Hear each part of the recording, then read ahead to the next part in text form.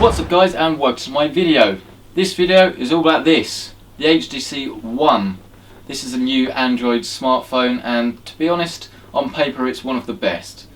Not only does it have a really nice sleek body, but it's also got front facing speakers and the usual stuff. It's got a USB port around here, and it's got the headphone jack at the top, as well as the lock button, volume rocker, nice tapered edges. Screen wise, it's a 1080p screen, and it looks very nice indeed. Very nice and sharp and very easy to read. Spec wise, it's got a 1.7 GHz processor. It's a quad core processor. It's got NFC. It's got wireless AC. Now this is a new specification, so if you've got a brand new router, it might have the AC standard. What this means is pretty much that you get better Wi-Fi with a higher speed with better reliability. It's got 2 GB of RAM and storage, either 32 or 64 GB depending on which model you opt for. It's got a 2300 mAh battery, and it's got a 4 megapixel ultra pixel camera. But that's just the hardware. Let's go and have a look and see if the software is actually any good. As for the software, you have 3 different screens. When you first turn on the phone, you get the lock screen. And on the lock screen you can see that there is an interactive wallpaper we've put on through a third-party application. You've got the classic HTC hub where you've got the weather and the time and date. Let's turn that back on. But you've also got a unique way of unlocking it. You can just slide up and it will unlock it as normal. Or what you can do is, if you drag an application up from the bar, it will launch into the application. So if I drag up now, then you'll see it will open the internet, which is pretty useful, and it's something that you'll tend to use quite a lot. Once you've unlocked the phone, you come into this. This is the Blinkfeed. While you still have the classic time and date and the weather at the top, you also got a personalised screen, and you can change this to what you want. You can have it as the news, you can have it as your Facebook feed, different stuff. So if we click on the Facebook feed, you'll see all the Facebook stuff comes up, and this is, while it's not necessarily the most practical way of viewing it, it gives you a good outlook of stuff that's going on, and it puts it across in a way that's very nice and easy to see. And then the last screen is the classic all screen, where you've got all your applications on there. And if we scroll down, you'll see everything that's on the phone can be put here, and you can put it in any order you like. You can have it sorted by time and date, but you can have any application where you want it if you just move them around. As you can see here, this is the home screen. This is the screen that you'll spend, well, not very much time at all on, because the whole point of this is to quickly get into an application that you want. You see here that I've got different folders: games, social and video. If we go into the social folder, you can see there's more applications and the ones that will be frequently used, and just clicking one of these will just open the application, and it's a quicker way of doing it. We also have the quick menu, and in the quick menu you can see the stuff that you will use more often than anything else. We've got the phone, we've got messaging, we've got internet, and we've got the camera, as well as the all applications page. If we want to send a message, then we just click on the messaging tab, and then we come to the messages. And so if we click on me, you will see that messages have been sent to me from this phone. To send a text, we just click add text. Fairly straightforward, and it's a fairly simple keyboard, pretty standard, and it works very well.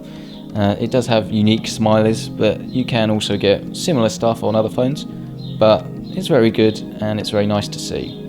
Now if we want to call someone, then we need to go into the calling tab, and you can see the multitasking works by double tapping the home button, and then we click on the phone. Then this is the standard phone screen. To see our contacts, then we scroll to the right, and by scrolling to the right we see all the favourites, and we can park any contacts that we're going to use a lot here. We haven't done here, no favourites, but if we scroll to the right, then we see all the people. And very similar to Windows Phone, you have all your Facebook and Twitter all integrated, and we won't click on someone because obviously all the numbers will come up, but if you do click on someone, then you see all their numbers, their email and their Facebook information, and it all just comes up very nicely on screen. And if we scroll to the right again, then you see we have our groups, and again, if you have all your work buddies, you want to arrange a work meeting, you put all your work people in here, and then you just simply send them all a text by clicking on the group and sending a text to all of them. Now, we touched earlier on the music capabilities with the speaker. The two front-facing speakers are very unique, and they provide a really good sound. If we go into the music hub, then you'll see all the songs get put in the music hub. There isn't much music on here at the moment, but you see we have Flow Rider, and if we click play, it will give you a rough idea what it sounds like.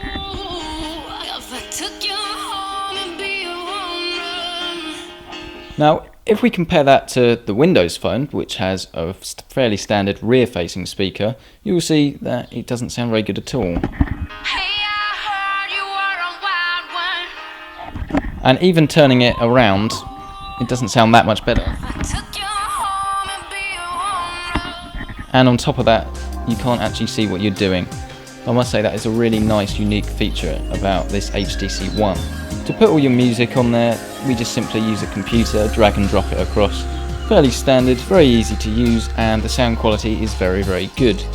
As for the Beats audio that comes with the phone, it does make it sound really good. It is fair to say that it is quite bassy and might not suit all sorts of music, but what comes out of it is very satisfactory to the ears. Another unique feature about this phone is the TV hub. If we click on the TV hub, then you will see that I've got all the lists of different stuff. These are all different stuff in the house, and using the phone you can actually use it as an infrared remote, and you can control them, things like volume up and down, power on and off.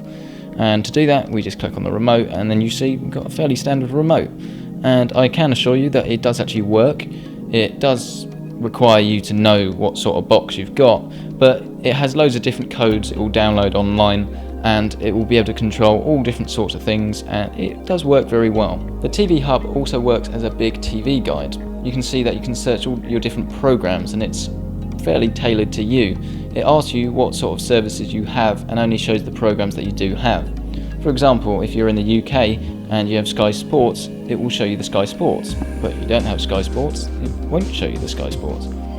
If we click on American Dad, you can see that we can search by season, search by episode. There's 8 seasons and 153 episodes even.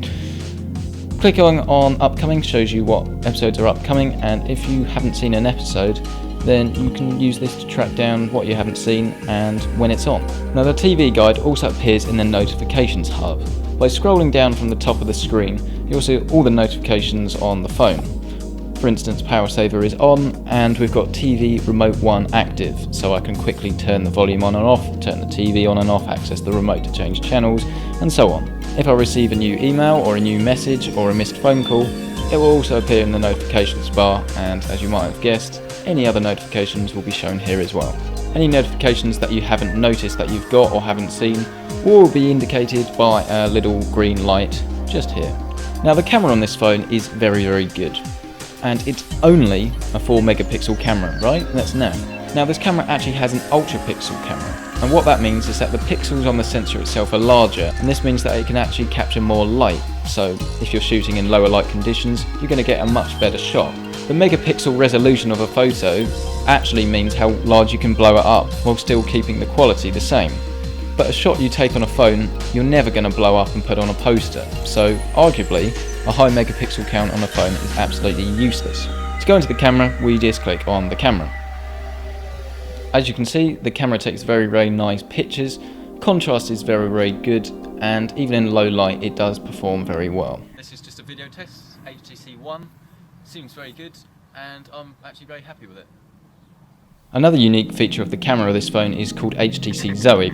Quite why it's called Zoe, I'm not sure, but what the whole point behind it is that you tap the little button at the top. It changes from taking a video or taking a picture to taking a series of pictures that make up a video. Now, HTC Zoe takes a 3-second video, and this 3-second video will not do that much by itself. It'll give you a snapshot. But the whole point of it is you can create a series of snapshots and create almost like a highlight reel of your day out. To create a highlight reel, we just need to go into the gallery, and then we need to go on the day's events. So we go into gallery, and then we go into events. And you will see here that all the events that have been taken in Tunbridge, United Kingdom, will appear, and then this creates a highlight reel, which is actually surprisingly good. Now this is what a HTC Zoe highlight reel will actually look like, and it's done all this by itself. It adds music, adds different filters, and generally makes it look fairly good. The more you take, the better it will look, and obviously the more interesting stuff you do, the more interesting stuff it will show. And you can change the different features of the HTC Zoe via the filters. And you see here we can just change through these different effects. And if we click on one of them, so let's click on Eiffel, then you'll see you get more of a French, well, I guess it's an Eiffel Tower looking video. It's the sort of thing you'd want to put on your Facebook wall after you went to a theme park or just any other day out. Pretty nice. So that is the HTC One. As you can see, there are a lot of features, and I'm sure there are many more I haven't touched on, but I have shown you the main ones. Of course, you've got the Play Store with all the different applications, and Android do have a lot of applications these days, so you can pretty much get anything you want. You can also stream music through the Google Play Store, and that's pretty cool. You have to be actively using the phone for it to stream, but if you want to buy music itself, you can do that. It feels really nice. It is a little bit slippy, but it's a really nice strong metallic feel, and the only real contender that this phone has got at the moment is the Xperia Z and the Samsung Galaxy S4. But to be perfectly honest, both of which are quite plasticky, and the actual phones themselves have fairly similar features, but the HTC One, with its superior construction, loads of different features like HTC Zoe and the Blinkfeed hub, are all really nice features, and it does make it arguably the best phone you can buy today.